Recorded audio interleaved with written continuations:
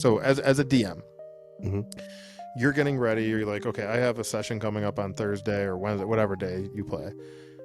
What goes into your prep? Like, how do you prep for your games? It's different depending on how I'm doing it. Like if it's in person, it's a different process to a degree than if I'm doing it online. So online, I actually go a little bit more into it because I use Roll20, and I'll download whatever maps I want to use.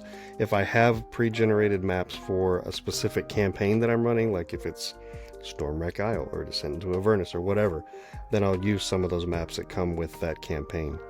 Uh, and for like homebrew battles or homebrew camp encounters that I'm planning, I'll generate a map on like AI or something like that, an overhead battle map, and I'll just kind of plug that in, set the lighting, make sure I have all the character tokens ready and everything like that. So there's a little bit more that goes into it for me as far as like using online or doing Roll20, that kind of thing, than if I was in person. And in person, it is really more along the lines of trying to find ways to keep the players engaged before the game starts. And it kind of goes along with my role at work as far as like hiring and retaining staff, right? So I use the same approach that I do at work when I'm hiring people, and all the way up into interview, all the way to new hire orientation, and then retaining them.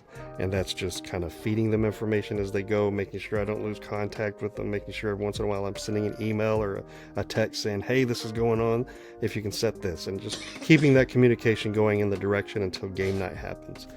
Because as you know, the hardest thing is to make sure that everyone makes it to game night intact. So Mhm. because that is a pet peeve for me, as far as which I'm sure it is a lot of people, is having a set amount of players ready to go, and then one or two of them fall off, and then as a DM you're like having to improvise on the fly and change these encounters that you were planning all along, or change the narrative that you would like for them to follow, that hopefully they follow.